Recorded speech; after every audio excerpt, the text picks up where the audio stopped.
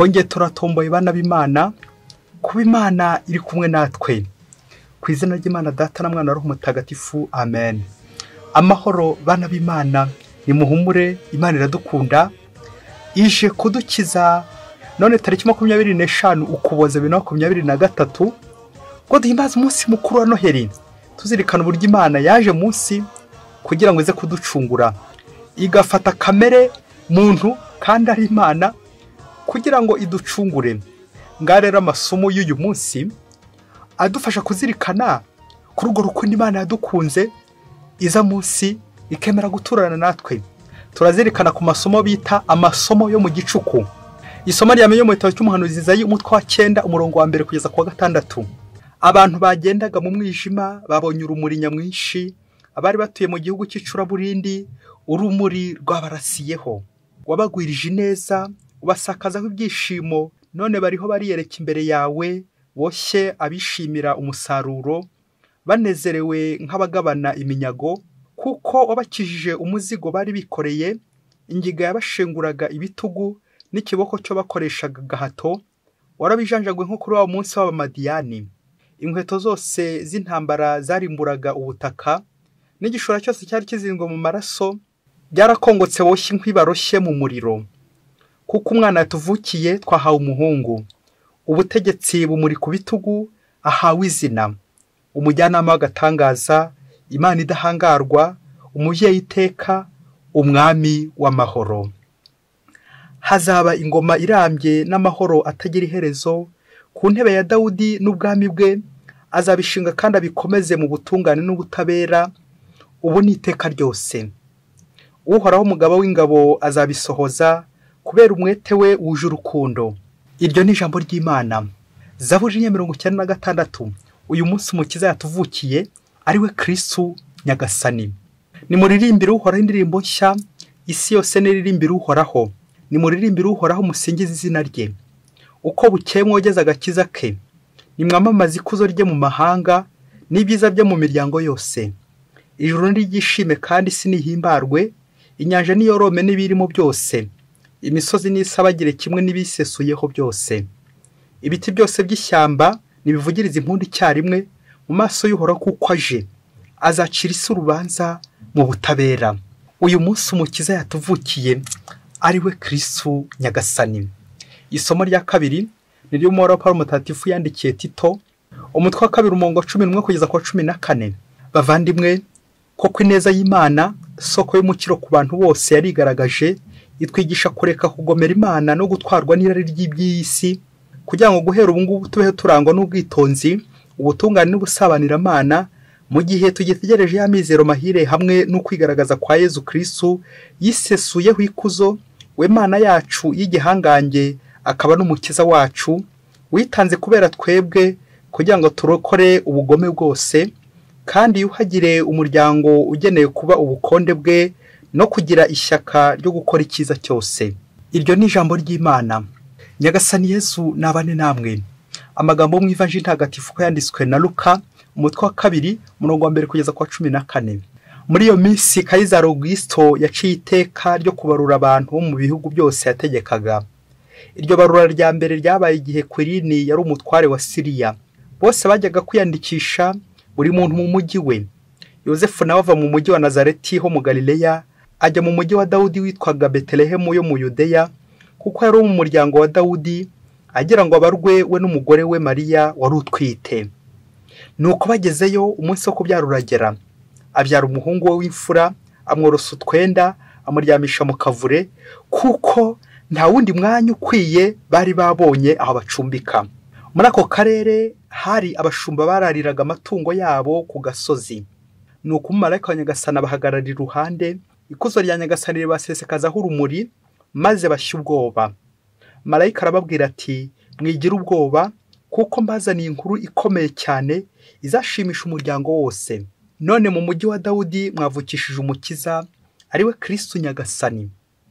Dore ikimenyetso kimubabwira, murasanga uruhinja rworoshe utwenda ruryamye mu kavure.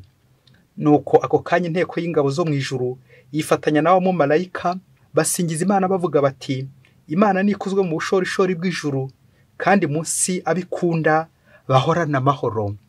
Iyo ni ivanjiri ntagatifu.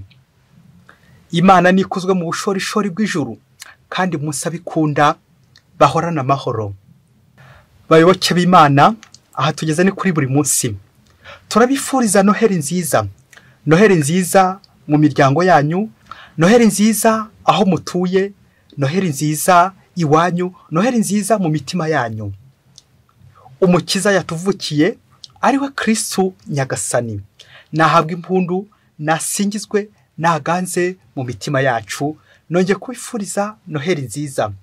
Amasomo kizu yacu duteguriye uyu mwanya turi guhimbazaho Noheli ni amasomo aryoshye cyane. Ubwo tugiye kuzirikana ku ngingo y'icumbi ry'Imana, tuzirikana ko umwana w'Imana yavutse abura icumbi. Bagize bati nta wundi mwanya ukwiye bari babonye aho bacumbika. Amen. Nawe uze kuva ahangaha uri kwibaza niba Yezu afite icumbi wawe. Yezu wasanga yarabuze icumbi wawe. Hari imvugo y'ikinyarwanda igira iti ubuze iry'igishwi afata iry'ikibiribiri. Hari igihe duhimbaza Noheli bamwe bakagira ngo ni ibisubizo, abandi bakagira ngo ni ibyishimo bikomeye cyane. Nyamara Noheli ni n'ibibazo ndetse ni n'umubabaro kuko tuzirikana. Tekereza umwana w'Imana araje munsi ariko abuze icumbi, abuze ahantu hakwiye. Nuko se inzu zari zabuze, ama etaje, amahoteli byari byabuze, byari bihari. Iwabo Yezu nta mafaranga bari bafite yo gukodesha amacumbi, amahoteli ngo nabo baryamemo bumva umunyenga nk'abandi babyeyi bose. Ababyeyi babyaye neza. Yezu yabuze icumbi kandi amacumbi yari ahari. Bishatse kuvuga Yezu yapfuye gufatira, nyine afatira ku byatsi, aryama mu byatsi, aryama mu kavure, aryama hafi y'amatungo mu biraro. Kubera iki? Yabuze uko agenza, yashakisha uburyo yose araheba, none koko agiye mu kiraro. Ese mubyeyi, tekereza kuri abantu bane ngiye kukubwira. Ni ubwa mbere ubonye umwana w'umwarimu ubu wa nyuma mu ishuri, kandi se na nyina ari abarimu. Ni ubwa mbere ubonye umwana w'umuganga ari uhora mu bitaro, ariko se cyangwa nyina batazi kuvura. Ese mubyeyi, ni ubwa mbere ubonye umukristo uhora asenga, uhora mu kiliziya, ari uhura n'ibibazo. Nuko se ataba yahuye n'Imana ngo imuhe igisubizo. Ni ubwa mbere wumvise ko umwana w'Imana yabuze icumbi. Yezu Kristo akabura havukira, Yezu Kristo akabura icumbi. Nguko umwana w'umutegetsi, umwana w'umusumba byose, umwana w'umutegetsi nawe ashobora kubura icumbi, kandi byaba. Nuko rero agafatiye ikigundi y'igihuru. Turaza gusoza umwanya wo kuzirikana tubona ko hari benshi bandagaye, abana b'abategetsi babuze icumbi, ariko se badafite iwabo bakize, ariko batari kubona amazu akomeye cyane bavukiramo. Kuki Yezu yabuze icumbi? Amasomo araduha igisubizo impamvu Yezu yabuze icumbi. Nuko nk'uko umuhanuzi Izayi bitubwiye mu isomo rya mbere, ni abantu bagendera mu icuraburindi, ariko bakaba bagiye kubona urumuri rwabarasiyeho. Ngibyo rero ibihugu byacu tuba mu by'icuraburindi, tukaba twaraheje Imana mu buzima bwacu, tukibera mu mashato, amazu meza, ariko ari mu mwijima. Nawe witegure kwakira umukiza kugira ngo urumuri rwa Nyagasani rurasire iwawe.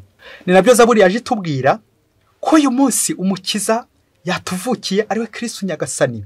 Uyu mukiza wavutse twamwumvise umuhanuzi Izayi ari kumuvuga, afite amazina ane: umujyanama w'agatangaza, Imana idahangarwa, umubyeyi iteka, umwami w'amahoro. Amazina yose nubwo akomeye, ariko ntibiza kumubuza kubura icumbi. Kuki Yezu abura icumbi kandi ari mwene musumba byose? Pawulo mutagatifu mu isomo rya kabiri araduha umukoro we nanjye twakora kugira ngo Yezu bibaye ngombwa ko yongera kugaruka atabura icumbi. Ni ukureka ubugome no kwirindwa gutwarwa n'irari ry'iby'isi. Nguko tugomba kugira ishyaka ryo gukora icyiza buri gihe cyose kugira ngo Yezu nagaruka asange turi maso, dukereye kumwakira. Ngigira hary'isi abategetsi bakomeye biberamo mu gihe umwana w'Imana we ari mu kavure, ari gutitira. Nguko twabizirikanye mu ivanjiri y'uyu munsi, urugendo Bikira Mariya na Yozefu bari bakoze bagiye kwibaruza mu rwego rwo kubaha ubutegetsi bwari buriho. Ariko se kuki ubutegetsi bwo butabubashye? Barinze babura icumbi, ariko aho bari bagiye amacumbi atarahari, amazu meza, amahoteli. Abakoraga ingendo nyobokamana n'izo ngendo nyinshi cyane, de pèlerin, ba mukerarugendo benshi bicumbikiraga amahoteli. Ariko guki Bikira Mariya na Yozefu babuze aho bacumbika. Ubu buzima Bikira Mariya na Yozefu batangiriyemo bagiye kwakiramo umukiza, umwana w'umusumba byose, biratwerekeza kuri cya kibazo ukuntu wa mwana aho mwarimu atsindwa, umwana wa muganga akarwara, umukristo agahura n'ibibazo biremereye, ariko icyo Mariya na Yosefu batwigisha ni kwakira ibyo bibazo, naho tugahamamariza inkuru nziza. No mu kavure no mu kiraro Yezu naho aza kugira ngo ahamamaze inkuru nziza, cyane cyane by'umwihariko ubwo twumva yabonekeye abashumba, akaba ari bwo bwa mbere abashumba akaba ari bo ba mbere baza kumenya inkuru nziza. Ni ukubera iki? Nuko Imana ije nubwo ari umusumba byose, ariko ubutumwa bwayo ni ukwegera abanyantege nke, insuzugurwa, ba bandi batahabwaga umwanya muri sosiyete, ngaba bashumba, ngaba ba mbere koko bamenye ivuka rya Yezu. Nanjye nawe tumenya ko Yezu yavutse ryari, igihe natwe twicishije bugufi. Kuba Yezu ajya kuryama mu kavure agatitira, akababara, agatangirana ubuzima bushaririye, ntabwo ari uko atari kuba yari kwiha hoteli cyangwa inzu nziza yari kuvukiramo ya etaje ikomeye cyane, ahubwo ni no kugira ngo yegere bariya bari hasi, maze abazamure, abagirire neza, babeho neza. Kubera impuhwe z'Imana, Imana yaje kudukiza, umusumba byose akamanuka kugira ngo afate kamere muntu, maze atugirire neza, aduhe gusangira nawe, gusangira na Kristo. Nubwo Kristo yabuze icumbi, ariko hari abagiye kumwakira, abanyantege nke, ba bandi banyabyaha, kugira ngo bakizwe ibyaha byabo. Nuko rero nawe wowe utaramwakira, umenye ko ari ukubera kunangira kwawe, ni impamvu y'icyaha. Ibyaha bishobora gutuma utakira umukiza. Iraha ry'isi, iraha ry'umubiri, n'ubundi bugomeramana bwose bukubuza kwakira Imana. Gusangira n'abaciye bugufi, gusangira n'abanyabyaha, gusangira n'abanyantege nke, n'abandi bose bari barahawe kato kubera impuhwe z'Imana. Zuba rirashe, nguko Bikira Mariya na Yosefu uko biri kose baraza kwishimira ubuzima naho bari, kuko icy'ingenzi atari ibintu, ahubwo ubuntu bw'Imana. Ako kantu umubyeyi, icy'ingenzi ntabwo ari ibintu, nta nubwo ari abantu babandi bakomeye, ahubwo ni ubuntu bw'Imana. Ngo umunsi umwe hirya kure cyane muri Afurika, ngo urugo rw'umugabo n'umugore ngo bari babanye neza. Ngo umugabo muri uru rugo ngo akaba yari minisitiri w'igihugu, yari akomeye cyane, yari minisitiri, ari umuyobozi ukomeye cyane w'ikirenga, minisitiri. Ariko uru rugo ngo nta kana bari bafite, nta rubyaro bari bafite, ngo bakagira umukozi ubakorera w'umukobwa, ngo ku buryo bamukingiye mu gipangu atajya agasohoka aho ngaho, ko bamuhaga uruhushya nka nyuma y'imyaka 5 kugira ngo ajye gusura mu rugo, nabwo bamuherekeje.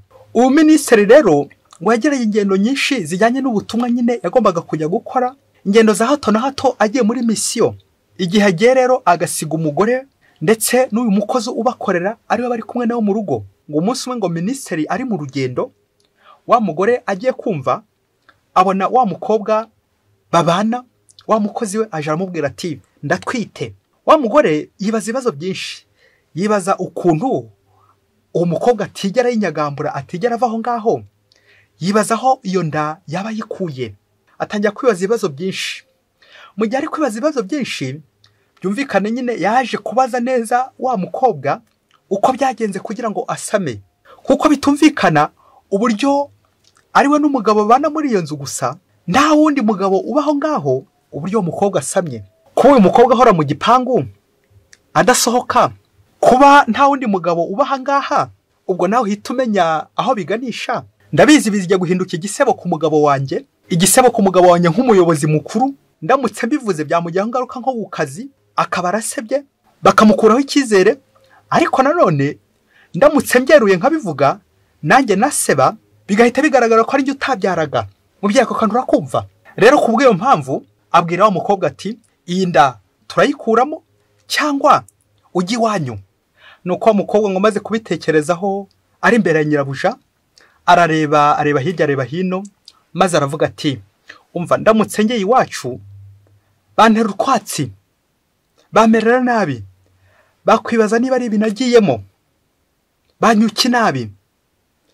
Nanone ndamutse nguye mwinda ngongera icyaha ku kindi, nk'abanyamwongera bibi, ntabwo Imana yambabarira ndi kungikanya ibyaha ku bindi. Ikiruta rero nuko wa mukobwa afata nzira, aragenda, ahitamo guhunga atazi yagiye. Nuko ngo ageze mu ishyamba mu gihuru, ngo abyara umwana w'umuhungu. Bakristo bavandimwe, Yezu Kristo akuzwe. ntabwo nifuza gukomeza mvuga uko uyu mukobwa byaje kugenda nyuma y'uko amaze kubyara, ahubwo ndifuza wowe nanjye dufate umukoro. Uyu mukobwa umaze kubyara abaye ari mwene wanyu cyangwa abaye ari uwuzi cyangwa mugahura akagusangiza ibibazo yahuye nabyo aha ku kazi, aha mu rugo rwo kwa minisitiri, ingorane yahagiriye, none ubu akaba afite umwana, wamumarira iki ari wowe? Uyu mukobwa wamumarira iki? Mbega ubutwari bwo kubyara inda watwaye bitemewe n'amategeko, ukayibyara Bikira Mariya aba yishimye, dukurikije n'ubuzima yahuye nabwo, agatwara inda kubw'amategeko y'Abayahudi itari yemewe. Ariko ku bubasha bw'Imana burya inda yose iba yemewe umubyeyi. Aka niyo mujya mukitaho simbizi. Ku bubasha bw'Abayahudi ndetse no ku mategeko y'Abayahudi inda bikema ntabwo ari yemewe, ariko ku bubasha bw'Imana yari yemewe nyine ko yaratwaye umwana w'Imana. Natwe mu muco wacu hari igihe dutwara inda, bamwe bakavuga bati bo kubasha nyine bw'abantu ntabwo byemewe n'amategeko, ntibyemewe. Ariko yuzirikana ngo ku bubasha bw'Imana iyo nda nyine iremewe, ntabwo rero ufite uburenganzira bwo kuyikuramo kuko ni ububasha bw'Imana nyine. Ntitukaye twitiranya umwana n'icyaha. Abiye mu kumubyara bakoze icyaha, ariko umwana we ntabwo tugomba kumuhwanya n'icyaha. Umwana ari kurengana, niyo mpamvu Imana iza irengera buri gihe abo bigorwa, abo bagiye gutabwa, abo bose bababaye. Nuko rero Imana igahita iza aho ngaho hafi mu gihuru kugira ngo ikurokore. Imana ishobora gukorokora mu gihuru, ishobora gukorokora mu ishyamba, ishobora gukorokorera mu muhanda n'ahandi hose hadasobanutse, nk'uko uko Imana ibura akanya iwacu. Abo bana bose dutwite mwababyeyi mwe nimwubahwe, abo ni abana b'Imana. Umubyeyi utwite niyubahwe. Umukobwa bavuga ngo yabyariye iwabo, uwo niyubahwe, kuko hari benshi cyane batwaye inda ariko ntibashobora kuzibyara kubera kwanga guseba, kubera kugundira icyubahiro, ubuyobozi, ubutegetsi. Nuko rero zanda bakazikuramo. Ni mubaho rero bashoboye gutwara mugatwaza inda mukazibyara, kuko umwana w'Imana abo ni ba Yezu. Iyi Noheli rero twibuka ba Yezu n'abatarashoboye kuvuka, abo byageze hagati bikanga, tukanibuka n'abo bose bagize ubutwari bwo gutwara inda nibazikuremo. Ni ikimenyetso gikomeye cy'ububabike ku Mana, ni ikimenyetso gikomeye cyo kwigana Bikira Mariya utarashoboye gukuramo inda itari yemewe mu muco w'Abayahudi, ariko ku Mana iremewe gukuramo inda n'ibindi byaha byinshi cyane dukorera Imana. Ariko umukobwa ati nta kugera iki cyaha ku kindi, nakoze icyaha iki ngiki ariko kanoye kongera gukora Imana mu jisho. Ubutwari buratwerekeza natwe uburyo bishobora guhagarara gucyemezo, nkavuga nti koko Yezu nakoze iki kibi, ariko ahagoreka nigororere nawe. Ngo kuko ushobora kwerekeza y'igihuru, y'ishyamba, ukabura umwanya kwa minisitiri wo kubyarirayo, ukabura umwanya ku muyobozi ukomeye cyane, ukaba wajya mu ishyamba, ukaba wajya mu gihuru, ukajya mu kigunda. Aha uze gukorera ifoto y'umwana wa minisitiri uri mu kigunda, uri mu gihuru, uvukiye mu muhanda. Nuko rero uyu munsi natwe bize kudutera ishyaka ndetse nibakwe ishyaka rya Noheli. Noheli bivuga gusangira, usangire imibabaro n'uwo mubyeyi, uwo mukobwa tuvuga ngo yabyariye iwabo, umwakire, kongera kumwakira kuko watwite ni uwa Yezu. Ni ba Yezu batwite, ni twa Yezu baba batwite. Uzirikane ko akenshi bataba bafite icumbi, akenshi bari kurwana n'ubuzima. Hari abana b'abayobozi benshi bari mu muhanda, hari abana b'abayobozi benshi bavukiye mu biraro, mu bigunda, mu bishanga, mu nzira.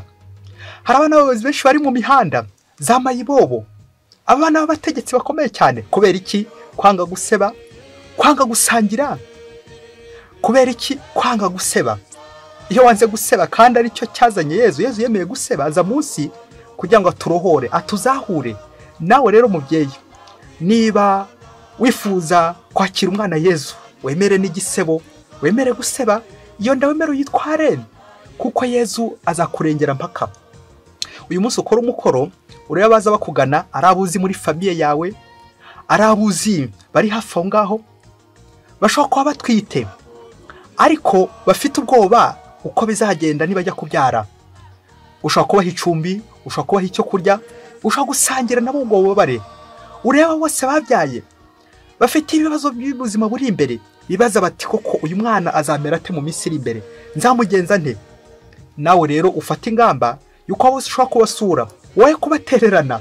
Iyo umuntu yagize ubutwari akabyara umwana ntagere iki cyaha ku kindi, uwo ni intwari. Tugomba kumufasha tukamwitaho ndetse tukamwereka ko ubwo buzima bushoboka, tukamuha icyizere cy'ubuzima. Uko no gusangira Noheli n'abo bababaye. Babyeyi, mujya mutekereza ku buzima bwa Bikira Mariya kuva yasamiye inda, ibibazo yahuye nabyo n'uburyo yabyaye, none abyaye nanone mu bibazo bikomeye cyane, abuze icumbi. Twongere dutekereze ku batagira icumbi, tuzirikana ko burya twese turi mu ikodi, turi mu nzu z'icumbi, igihe n'igihe dushobora kuzivamo. Bityo ufata ingamba z'uko ushobora no gutabara ukarihira ikodi cyangwa ukarihira ubwishyu umuntu uri mu icumbi, gusangira Noheli n'abababaye, abatishoboye, abababaye, abari kure y'Imana, abanyabyaha. Abo bose tukaberekeza Nyagasani, tukabereka Nyagasani kugira ngo abagereho kandi abagirire neza. Mutegetsi, muyobozi, nta bana bawe bari mu bigunda, nta bana w'umutegetsi wabuzi bari mu bigunda, ngo ubashe kubageraho, ubatarure, ubafashe, ubahe icyo kurya, ubahe icyo kunywa. Minisitiri, mbega wowe, ese igihe minisitiri azagarukira azashobora kujya gushakisha uwo mwana we uri mu kigunda iyo ngiyo mu gihuru? Ibaze nanjye nibaze. Kongere dutekereze abana benshi bandagaye, bambaye ibobo, bamwe babaye indara, abandi babaye ibyomanzi, abandi bohotse ku biyobyabwenge. Kubera iki? Babuze ubarera, babuze Bikira Mariya, babuze ba Yosefu, babuze ababitaho, babuze ababyeyi babitaho. Kwita ku mwana wese, abana bari mu kigunda, abana bababaye, abana bari ku misozi, abana bari hirya no hino, kongera kubitaho, ukabaha icyo kurya, ukabaha icyo kwambara, ukabitaho. Uwo ni Yezu uri kwakira Noheli nziza, kwakira Yezu. Iyo ni Noheli nziza, uri kwakira Yezu ubabwira inkuru nziza. Nk'abashumba, abamarayika babonekera bakababwira inkuru nziza, ati mbazaniye inkuru nziza. Nawe uzanire uwo mushonje inkuru nziza, uzanire uwo mukobwa wabyariye iwawe inkuru nziza, uzanire uwo mwana uri mu ikanevu inkuru nziza, uzanire uwo mwana w'umutegetsi ukomeye inkuru nziza. Utarura uwo mwana umuha icumbi. Yezu yabuze icumbi, ari uko se tudafite amacumbi menshi. Nyagasani akomeza turinde, kandi namwe mbifurije Noheli nziza.